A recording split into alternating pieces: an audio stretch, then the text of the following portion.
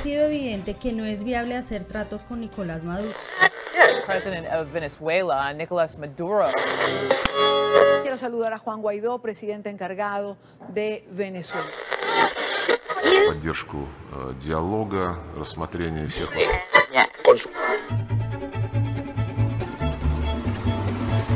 Cuando haya un nuevo gobierno en Estados Unidos, mandaremos un embajador. Un gobierno que respete a los pueblos de América Latina. A la América de Simón Bolívar, carajo. Váyanse al carajo, yanquis de mierda, que aquí hay un pueblo digno. Leales siempre. Leales siempre. Chávez vive. Así somos. Somos Chávez, Bolívar, Sucre. Somos pasión patria. Somos playas, desiertos, sabanas, montañas, selva y nieve. Somos 4 maracas y tamboras. Estos somos, y así es mi tierra.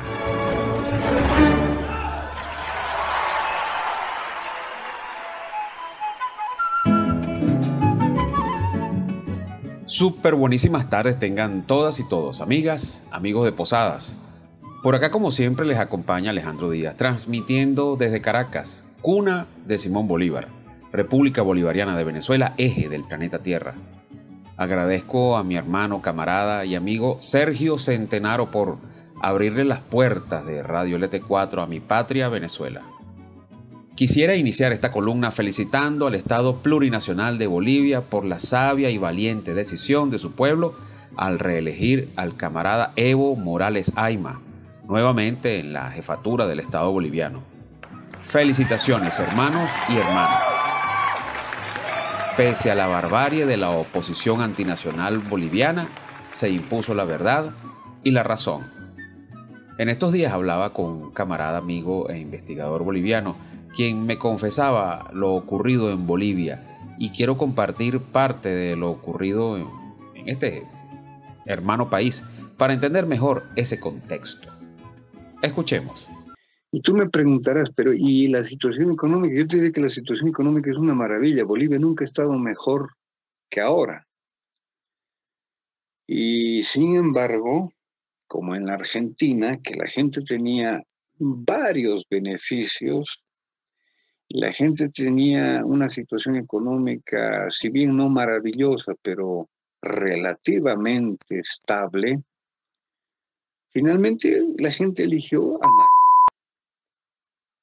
Porque Macri había hecho un trabajo de muy largo plazo a través de los medios corporativos, destruyendo con todo tipo de falacias, mentiras, etc. Fíjate, sí, en la Argentina, al final ha resultado de que no pueden prácticamente encausar a nadie, ni condenar a nadie, porque no hay ni pruebas, no hay nada. Bueno, acá ocurre lo mismo, pero de que le cala a la gente, le cala, ¿me entiendes? Es eso. Entonces, eso mismo lo han hecho en el Ecuador después de la reelección de Lenín Moreno, como había que modificar la matriz de opinión pública para adecuarla a la traición que él había cometido, y empezaron con una campaña retroactiva sobre los mismos temas que básicamente los conoces, ¿no? Son el tema ese de la corrupción, el tema de la ineficiencia, el tema de una perspectiva negra, futura, etc. Y tú me dirás, eso era mucho más difícil hacerlo en Bolivia, dado que Bolivia tiene una buena situación económica, ¿no? Un permanente crecimiento económico. Sí, era más difícil, pero lo han logrado. Ahora, tú me preguntarás, ¿y esto no se veía venir? Yo te diré que sí, que yo lo he advertido desde hace años, desde el referéndum. Hay graves atrasos en la comprensión de las necesidades y de la psicología colectiva. Se han pasado por alto los procesos que hemos vivido en la Argentina, en el Ecuador, no se los ha entendido. Y después, cuando han traído esa misma receta al país, no ha habido una capacidad de respuesta, como no la hubo en su momento en la Argentina, como no la hay en el Ecuador, ¿no? Entonces, creo que el veneno ha penetrado más aquí, ¿no? Porque por lo mismo de ese contraste de la situación económica. Fíjate, la psicología social, el nivel de conciencia política, el carácter de la militancia son muy importantes, ¿no? Y eso ha sido descuidado por el gobierno, fue descuidado en el Brasil. En el Brasil es tópica la charla esta, ¿no? Les dimos casas, pero la gente pagaba un pequeño porcentaje de la casa para que no quedara como que era un regalo, ¿no?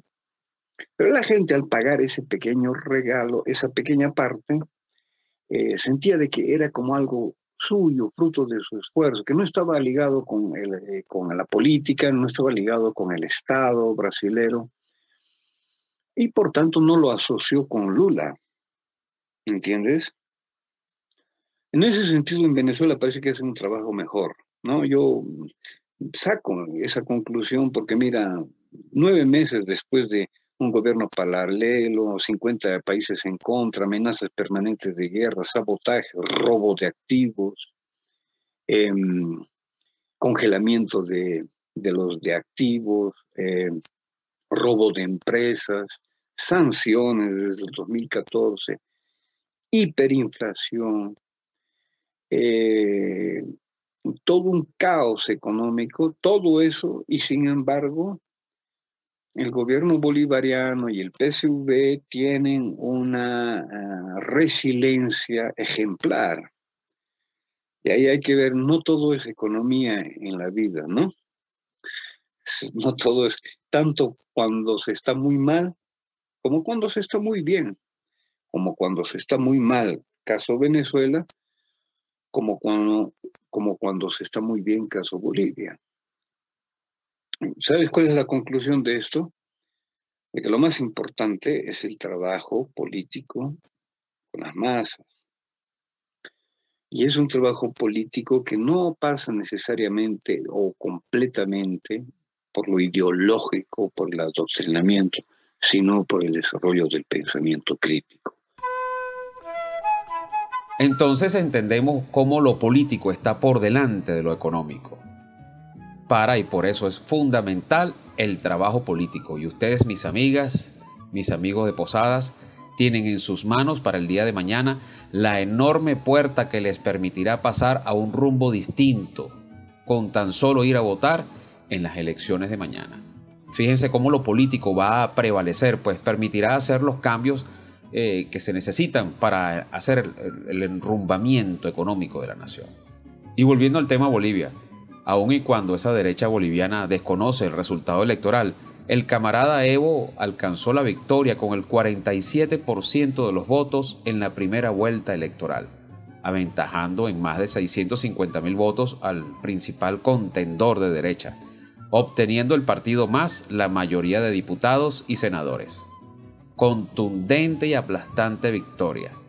Gracias al pueblo consciente de Bolivia. ¡Bravo! ¡Bravo pueblo! Como bravo pueblo es el de Chile.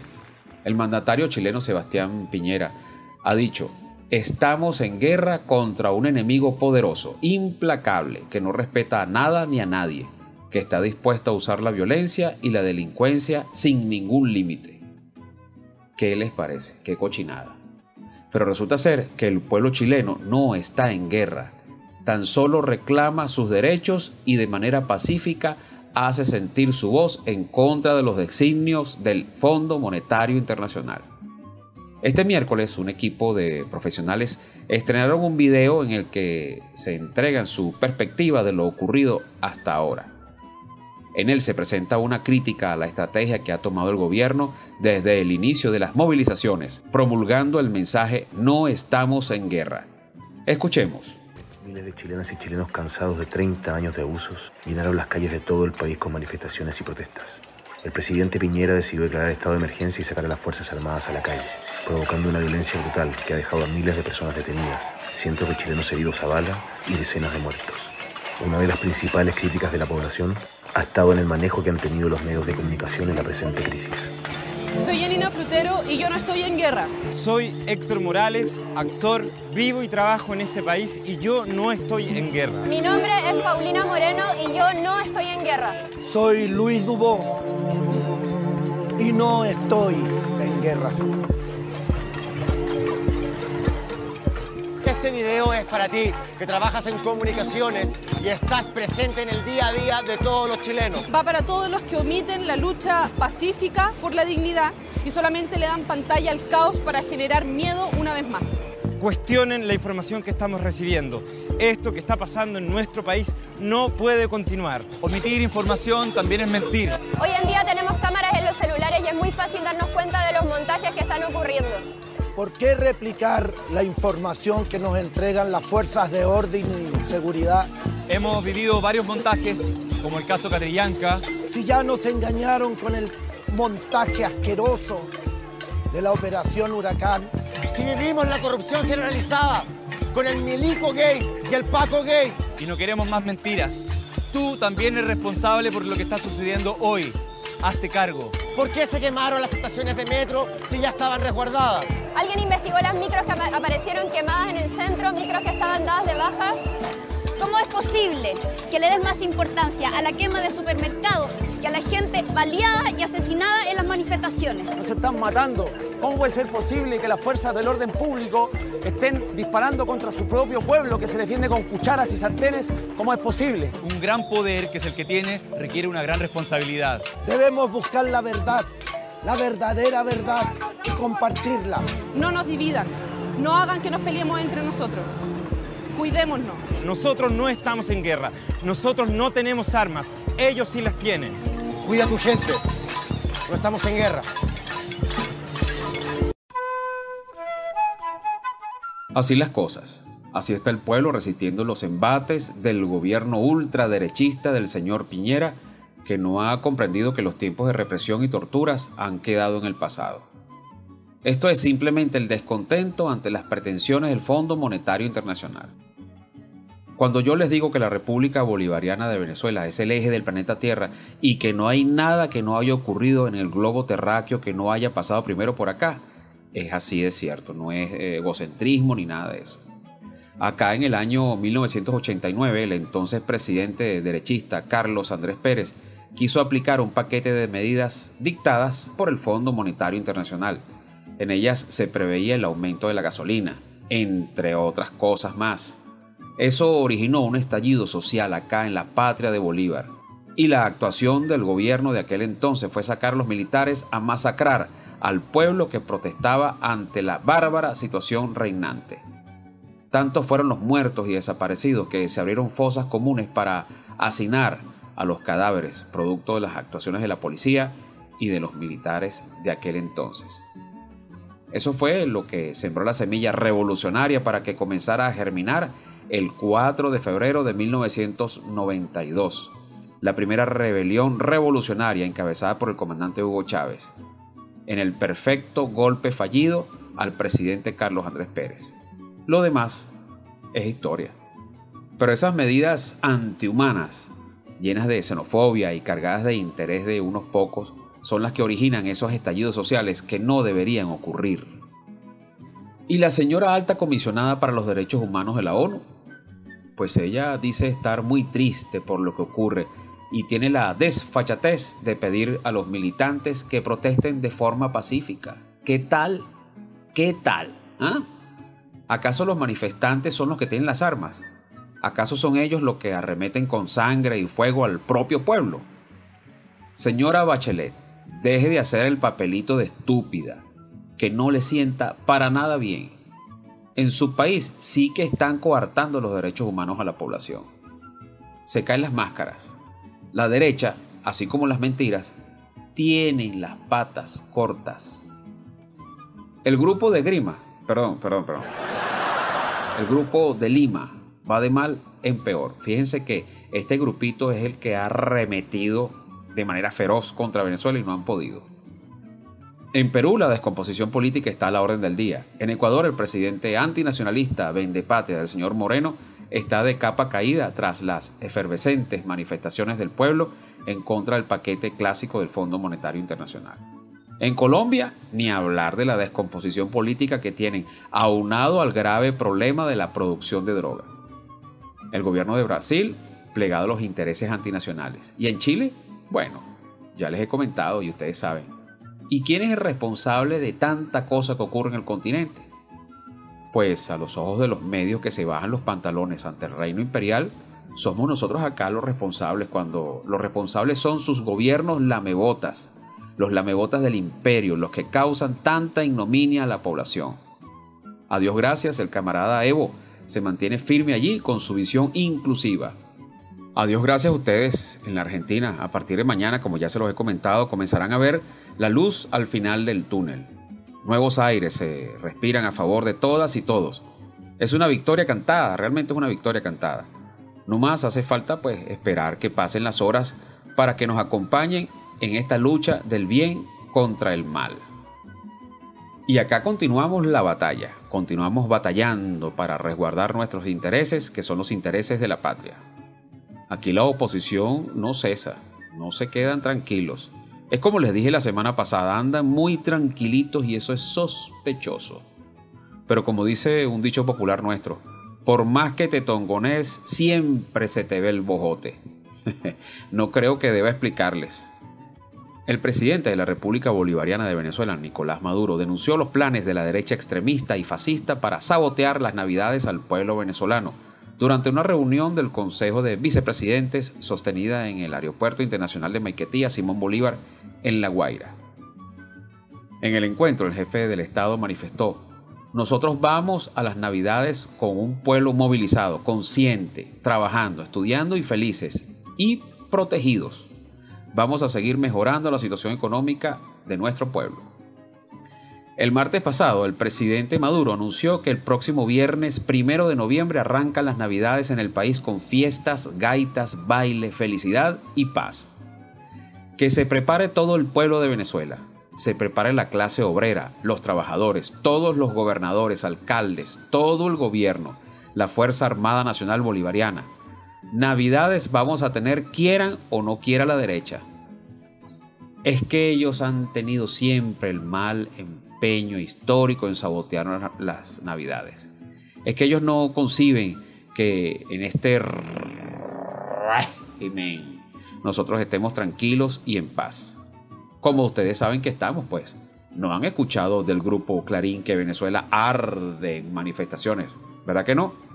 Ajá.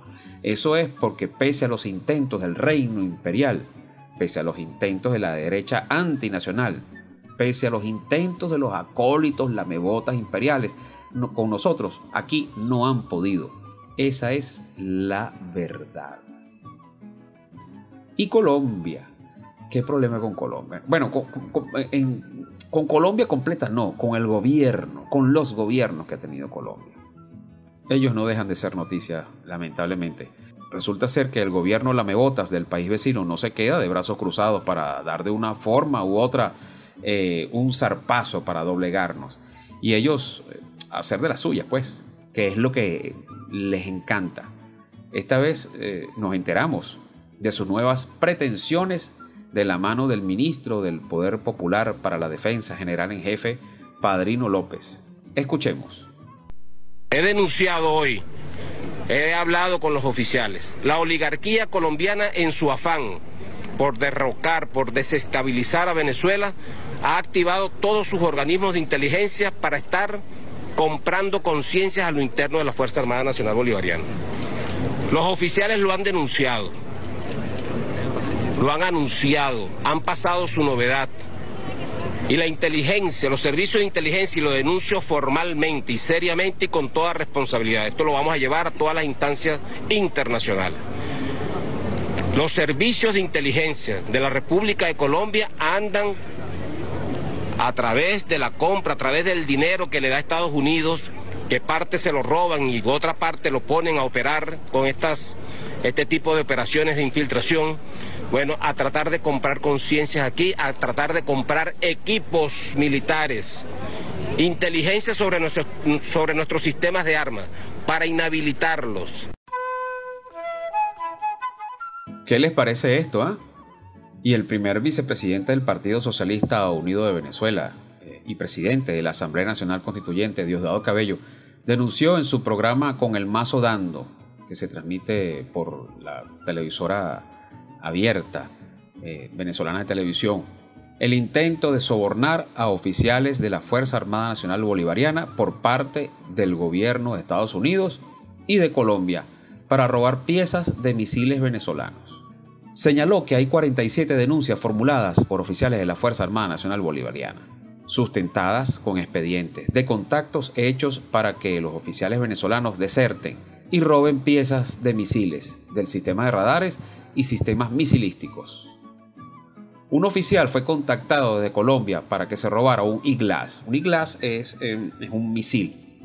Ese contacto fue aquí en la frontera. Así que los cuarteles Alerta le iban a pagar $40.000 para que él entregara el IGLAS para derribar un avión y generar un falso positivo y decir que había sido el ejército venezolano para buscar la causa de guerra. Aquí están con números de teléfonos y mensajes. Destacó: menos mal que nuestros oficiales ya no son unos niños. Es un ejército formado, consciente, revolucionario, y cuando digo ejército digo Guardia Nacional Bolivariana, digo Aviación Militar Bolivariana, digo Armada Bolivariana y digo Milicia Nacional Bolivariana y digo Pueblo Bolivariano. Cabello aseguró que desde Colombia oficiales de inteligencia utilizan algunos desertores y comienzan a mandar mensajes. También afirmó que los IGLAS son efectivos hasta contra misiles. Están ofreciendo hasta $1 millón por las piezas de un Sukhoi, es un avión ruso. ¿Qué les parece? Entonces, como no tienen argumentos sólidos contra Venezuela, quieren inventar a como de lugar cualquier cosa para desestabilizarnos. Esos son los errores que cometen. Ellos creen que aquí la gente se va a dejar montar la pata encima. Resulta ser que somos los hijos de Bolívar y ellos no lo han entendido y no lo van a entender jamás y van a seguir cometiendo los clásicos errores de siempre. Y ya para finalizar esta primera mitad de Así es mi tierra, les comento que Venezuela entregó la presidencia del movimiento de los países no alineados a Azerbaiyán. Este movimiento de 120 países es el mayor foro de coordinación y concentración política de las Naciones Unidas y el segundo más amplio después de esta organización. El movimiento de países no alineados funciona con un enfoque único, no jerárquico, rotativo y participativo, con el propósito de permitirle a cada Estado miembro, sin ningún tipo de distinción o discriminación, participar en la toma de decisiones de procesos políticos globales. El movimiento es liderado por una presidencia rotativa con un periodo de duración de 3 años, ocupada hasta ayer por nosotros, la República Bolivariana de Venezuela, bajo la asistencia y o asesoría tanto del expresidente como del próximo presidente del movimiento, en este caso Irán y Azerbaiyán, respectivamente. La Troika, como se conoce este grupo, representa el pasado, el presente y el futuro del movimiento. Bueno, ayer el presidente Nicolás Maduro se pronunció en esta cumbre tan importante. Escuchemos algunas de sus palabras. Es un honor participar en nombre de nuestros pueblos en esta 18 cumbre de jefes de Estado y de Gobierno del Movimiento de Países No Alineados, que nos ha traído hasta esta hermosa ciudad de Bakú, en la República de Azerbaiyán. Hace 3 años, luego de la celebración de la exitosa cumbre de la isla de Margarita en Venezuela, nuestro país asumió la presidencia del Movimiento de Países No Alineados para los años 2016-2019.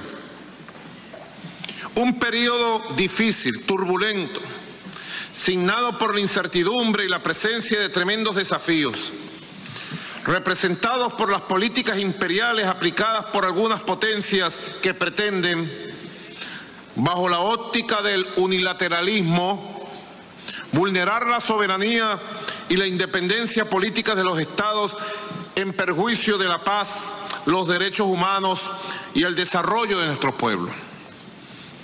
en nuestro país, Venezuela, un ejemplo de cuán agresiva y lesiva pueden ser al derecho internacional la intención de países hegemónicos de promover por la vía de medidas coercitivas unilaterales, de bloqueos económicos y comerciales y de amenazas de intervención armada, un cambio de régimen por la vía de la fuerza y el doblegamiento. Pero es también nuestro pueblo, el pueblo de Venezuela, un país pequeño y pacífico, de cuyos confines partieron hace 200 años un puñado de hombres y mujeres encabezados por el gran libertador Simón Bolívar para sellar la libertad y la independencia de todo el continente americano. Es nuestro país ejemplo vivo de resistencia y fe inquebrantable en nuestro futuro de paz. Nos trazamos 3 metas muy concretas de las que venimos hoy a rendir cuenta en esta cita en la bella y amable ciudad de Bakú. Una meta: afianzar la cohesión de los países miembros sobre la base de la premisa de unidad en la diversidad. 2. Fortalecer la solidaridad entre los Estados miembros del movimiento en el mejor espíritu de no alineamiento. Y 3. Avanzar en el proceso de revitalización del movimiento de países no alineados a fin de reafirmar su plena vigencia en la actual y turbulenta coyuntura internacional. Hoy podemos decir ante ustedes con gran satisfacción que hemos cumplido. Haremos entrega a la República de Azerbaiyán de un movimiento de países no alineados robustecido, que a pesar de la diversidad ha sabido mostrarse solidario y ha logrado asumir posiciones comunes, reafirmando así su plena relevancia para infortunio de quienes pretenden minimizar sus profundos alcances.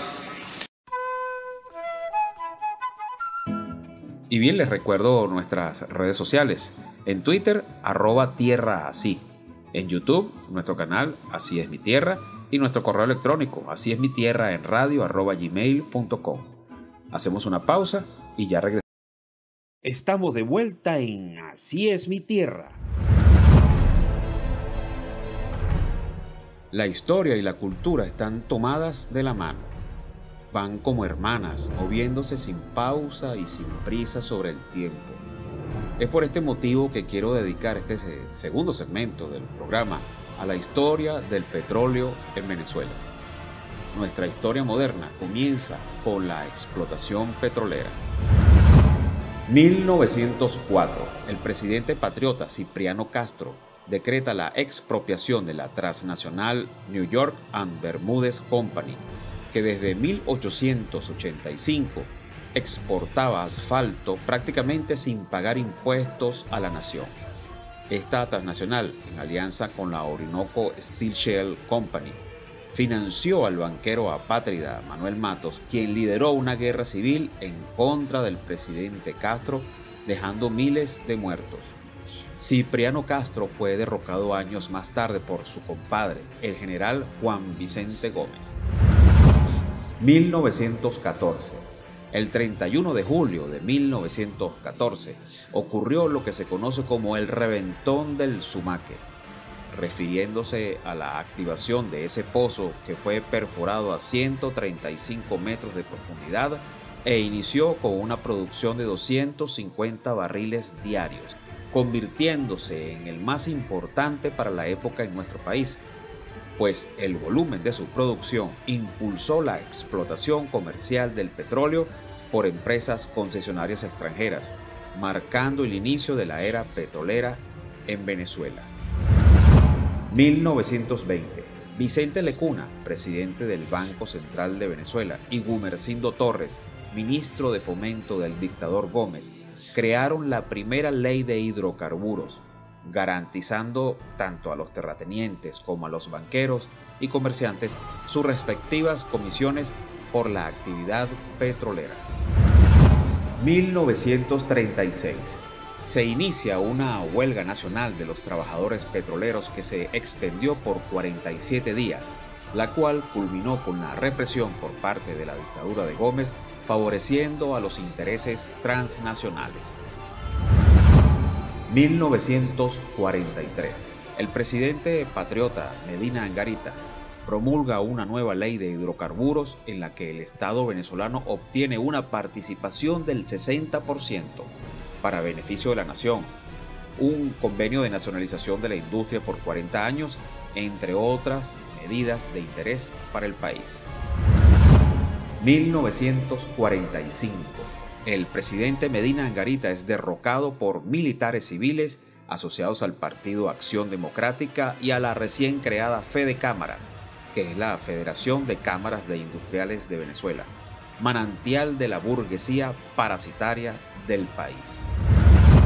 1948. Se realizan las primeras elecciones libres en las que gana la presidencia de la República el escritor Rómulo Gallegos, quien junto con la asesoría del ministro de Fomento y creador de la OPEP, Juan Pablo Pérez Alfonso, dictan la normativa para hacer cumplir el pago de impuestos a las compañías petroleras. Esto motivó que 12 días después de ese decreto, Rómulo Gallegos fuese derrocado. 1950. El patriota almirante Carlos Delgado Chalbot, miembro de la Junta Militar de Gobierno encargada luego del derrocamiento de Gallegos y fuerte candidato presidencial, es asesinado por miembros de la CIA. 1958. Estados Unidos resta apoyo a la dictadura del general Marcos Pérez Jiménez, quien se orientaba a un desarrollismo nacionalista, y esto originó que ya no le fuese más útil y volcaran la mirada a los gringos a los apátridas de derecha, quienes eran más dóciles a los dictados del norte, antes que las fuerzas de izquierda tomasen el poder en Venezuela. Es así que en Nueva York se fragua, aupado por el magnate Rockefeller, el famoso Pacto de Punto Fijo, que no es más que el bipartidismo consolidado por los partidos Acción Democrática y el Partido Social Cristiano Copey, quienes gobernarán por más de 40 años. Con Rockefeller adueñado del país y Rómulo Betancourt electo a la fuerza como presidente de Venezuela por el Partido Acción Democrática, la influencia gringa tendría más de 40 años las puertas abiertas en Venezuela. 1975. Las oligarquías apátridas, nacionales y extranjeras decretan en el gobierno del derechista Carlos Andrés Pérez la mal llamada nacionalización del petróleo. Las transnacionales continúan adueñándose de las riquezas de los venezolanos, esta vez bajo el nombre de filiales nacionales, que en realidad era una máscara para tapar los verdaderos intereses gringos. 1993. Durante el gobierno del derechista Rafael Caldera, la agenda neoliberal traía consigo la apertura petrolera. Con ella la privatización y transnacionalización de los capitales totales de la industria, regresando impuestos fiscales solo comparable con los de los comienzos del siglo XX. 1998. Llegó el comandante Chávez y mandó a parar el gran saqueo que reinaba en la industria petrolera.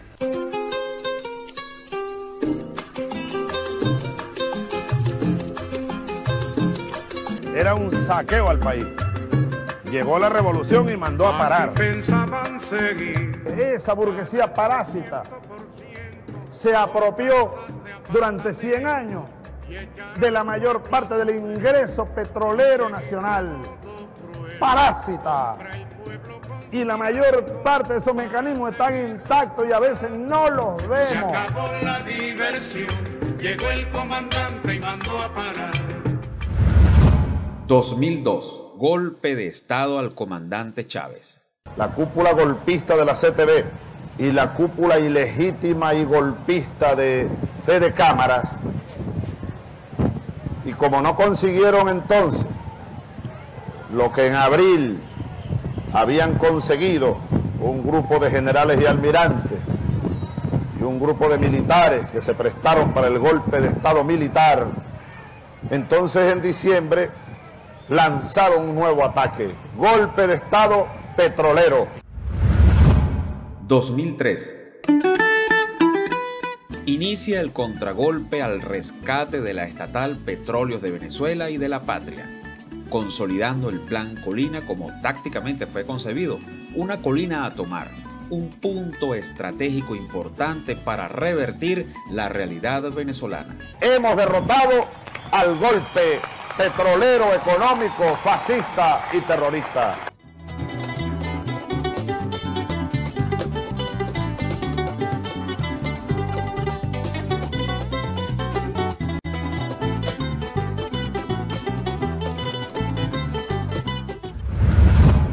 ...2007... Hemos instalado en Venezuela, junto con esa bandera que flamea al viento, la plena soberanía petrolera.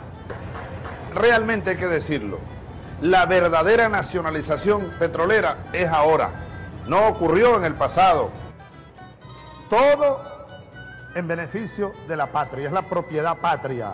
La otra es la propiedad burguesa, la propiedad del imperio. Nosotros éramos una colonia norteamericana. Entregaron la faja del Orinoco, la reserva de petróleo más grande de este planeta.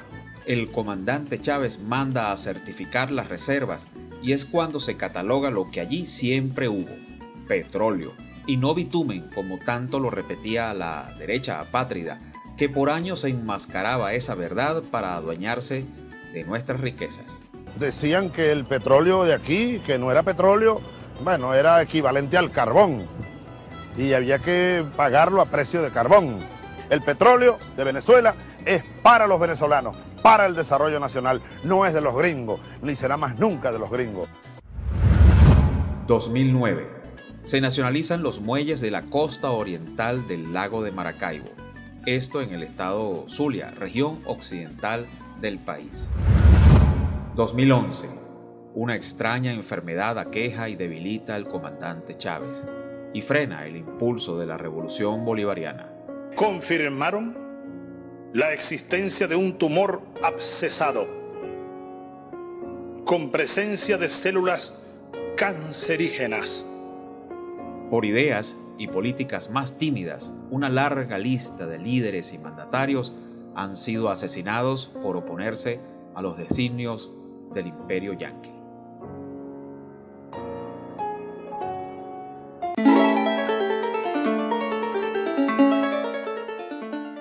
El comandante eterno Hugo Rafael Chávez Frías ofrendó su vida en esta batalla, revirtiendo más de 100 años de oscura historia. El petróleo en nuestras manos debería ahora abonar el suelo de la Sagrada Patria para el interés nacional. Pero esto no ocurre, pues los intereses del imperio gringo no lo desean permitir, pues choca con sus intereses históricos. Ellos no han entendido que este es un mundo pluripolar y no unilateral, donde ellos se creen los amos y dueños del mundo. La batalla continúa, esta vez en manos del presidente Maduro. La historia continúa y muy lamentablemente siguen los deseos del coloso del norte de adueñarse de todo cuanto esté a su paso en nombre de la libertad. Y bien, amigos y amigas de San Marcos Sierras, ya para finalizar este pequeño recuento de la historia patria en lo que respecta al petróleo, quiero dejarlos en este segmento con un merengue oriental llamado Oro Negro, en la voz de Gualberto y Barreto. Nos escuchamos la semana entrante. Saludos a todos.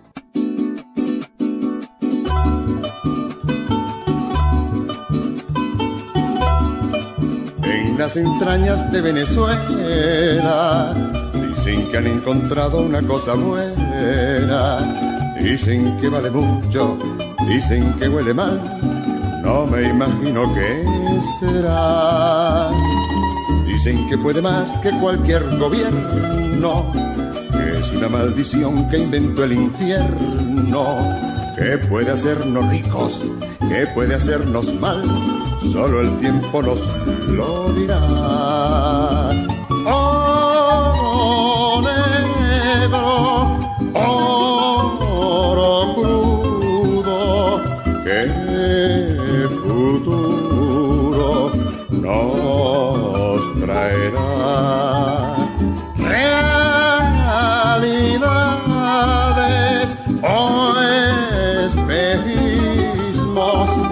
a mí me da lo mismo, nada me va a tocar, voy a seguir viviendo igual.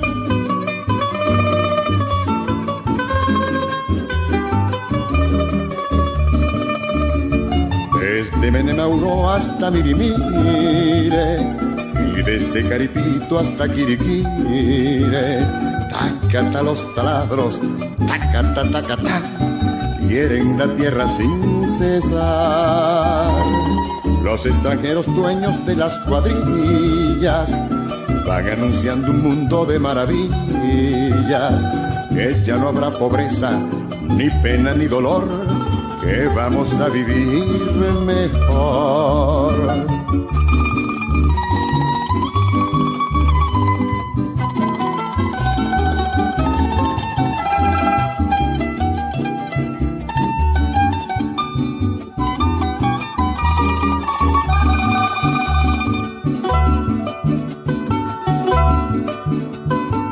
En las entrañas de Venezuela dicen que han encontrado una cosa buena, dicen que vale mucho, dicen que huele mal, no me imagino qué será.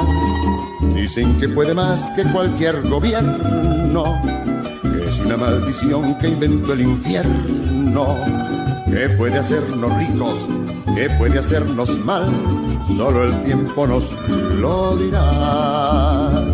Oro negro, oro crudo, ¿qué futuro nos traerá?